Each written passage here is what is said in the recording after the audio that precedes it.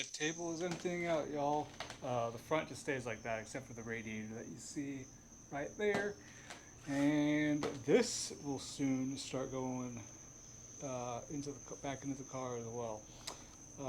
That first, but that'll come up here shortly.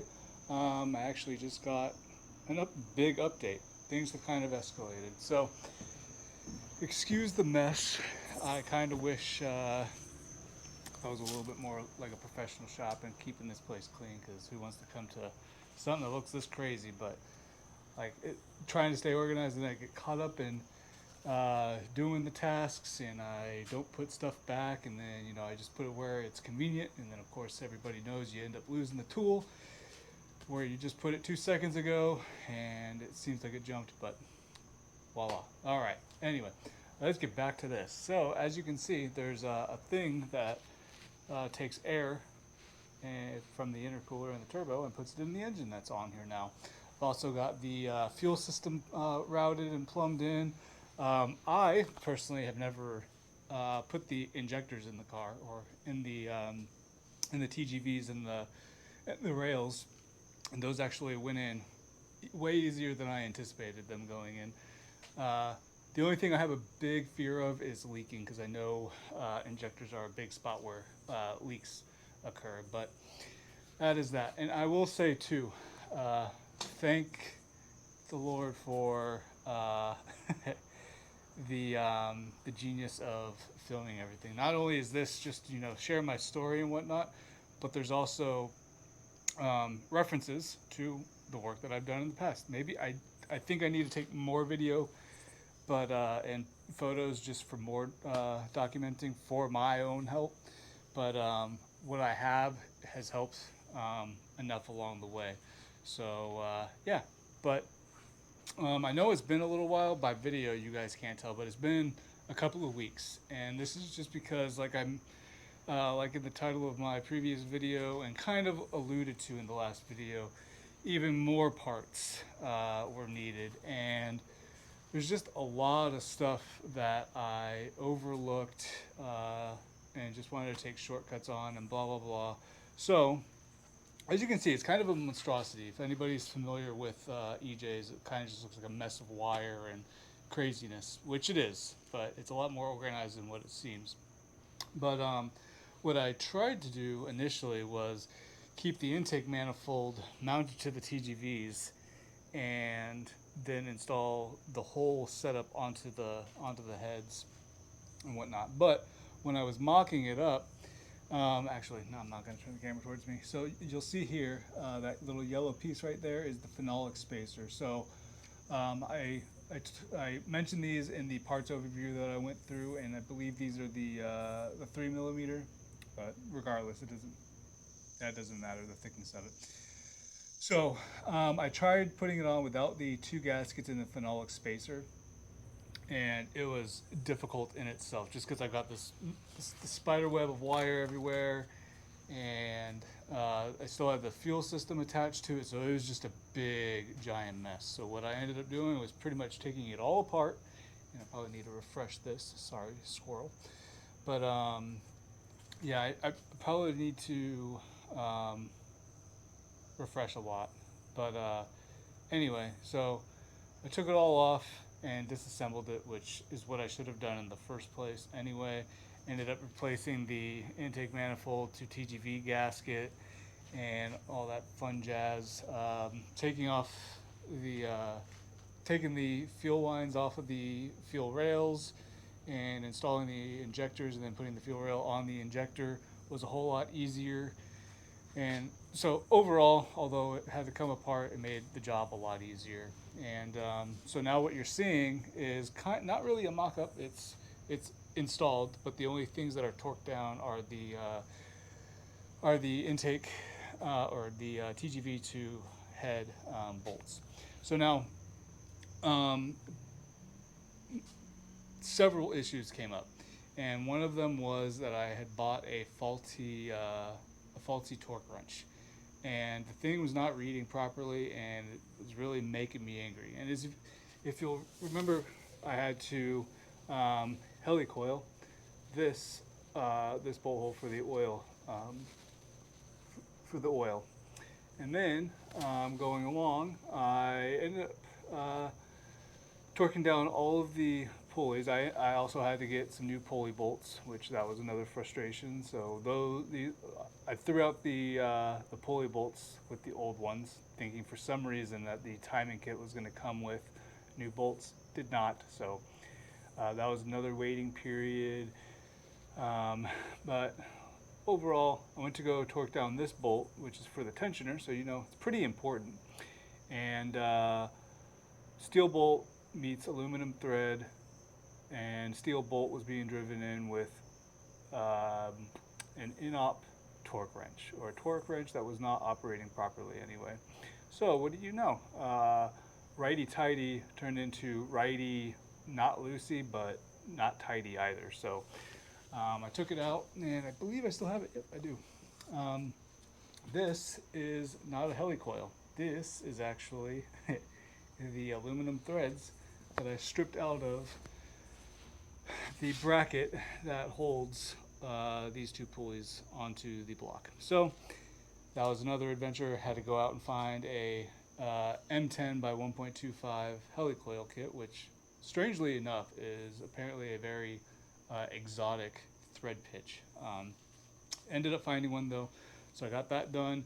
But again, that took me a while because this is only my second time doing a helicoil, so my confidence wasn't high, so anxiety was high, confidence was low. And then, of course, when I went to go install it, the drill had no battery power left, and when you have no battery, you have no torque. So the drill bit was not getting in, and I was like, wow, maybe this bracket is made of steel, but it wasn't, just dead battery. So anyway, that's that. Got everything plumbed, like I said. All I really have to do is tighten everything down. So intake manifold, the TGV, got to torque those down. Got to torque the fuel rails down to the TGV. Got to tighten all the AN fittings here all around the fuel system. And then I think we'll be good there. The only scary part is, so as you can see, obviously the timing belt is on, and just because I know there's some people that are going to question me, I left this spacer here specifically so that people couldn't comment. Did you make sure you spaced the timing belt guide on the crank pulley? And so there's your answer. I did.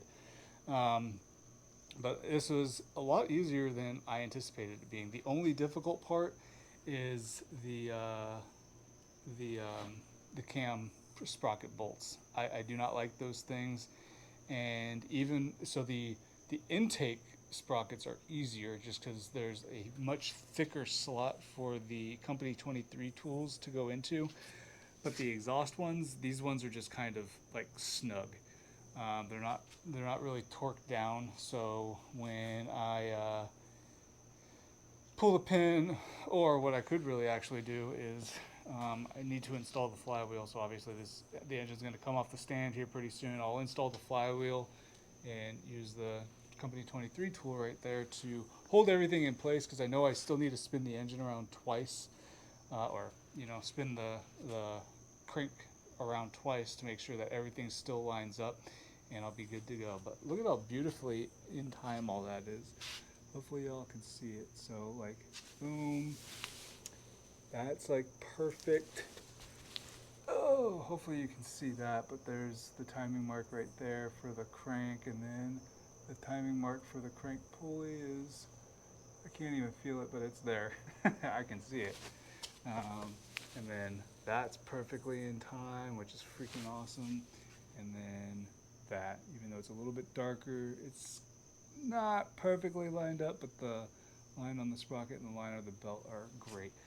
It's all tightened down. All that's left to do is pull this pin, and the tension is there. So I even got all these tightened down, all the timing belt guides that are available, with a space of 0.02 inches. So bam, we are set to go. But yeah, like I said, everything's good to go. And I would like to record all this, and it'll probably happen in a future video, but for right now I'm just regaining all the lapsed experience that I have. Um, I kind of have no idea what the heck I'm doing. Really, I figured it out obviously, but it's been so long that a lot of it's not memory held, and so I'm jumbling around quite a bit. And rather than having a 3 week long time lapse, I'd rather just give you updates as everything is going along. As everything is going along. Um, Also, another thing, and I am unfortunately, I don't believe I have the bolt down here. I do not. So another problem I was having was with this little fitting right here, this little banjo bolt. So this is for the AVCS, but it's the IAG kit, which I completely forgot about. I didn't know what my previous builder had gotten, but this bolt, or at least the old one, this is a new one, was starting to pull apart at, there's like, so it's a banjo bolt, so there's like a shaft part and then it goes into threads. The threads were actually starting to separate from themselves and the bolt was about to like snap in half. So that was a 3 day wait just to get the bolt, obviously, because it's going to be specific. And without that bolt and without the intake manifold being on, I kind of routed the this AVCS line really goofy. So I had to reroute all that. But I think for the most part, I am uh, set to go on this. And oh, that's another thing. So oil cooler. Haven't played with this in a while, uh, aka ever, because it's just been fine. But taking it apart, I realized I need to get a new gasket that goes between the sandwich plate and the aluminum part. So that's a part that I got to call it because I can't quite find where that is or who supplies it. It's Perrin's part, but I don't think they have a separate listing for it, so that's making it quite a bit difficult. So there's that, and then sorry about that. And then the last part is I do have a base map. So once this is back in its home, can't wait because that should be probably tomorrow or whenever I kind of get the confidence to go ahead and do it. It's got to happen anyway, but it's just wanting to do it, and it's too dark outside on a Sunday night to do it now. So I got a base map so that when it's time to start it up, it's good to go.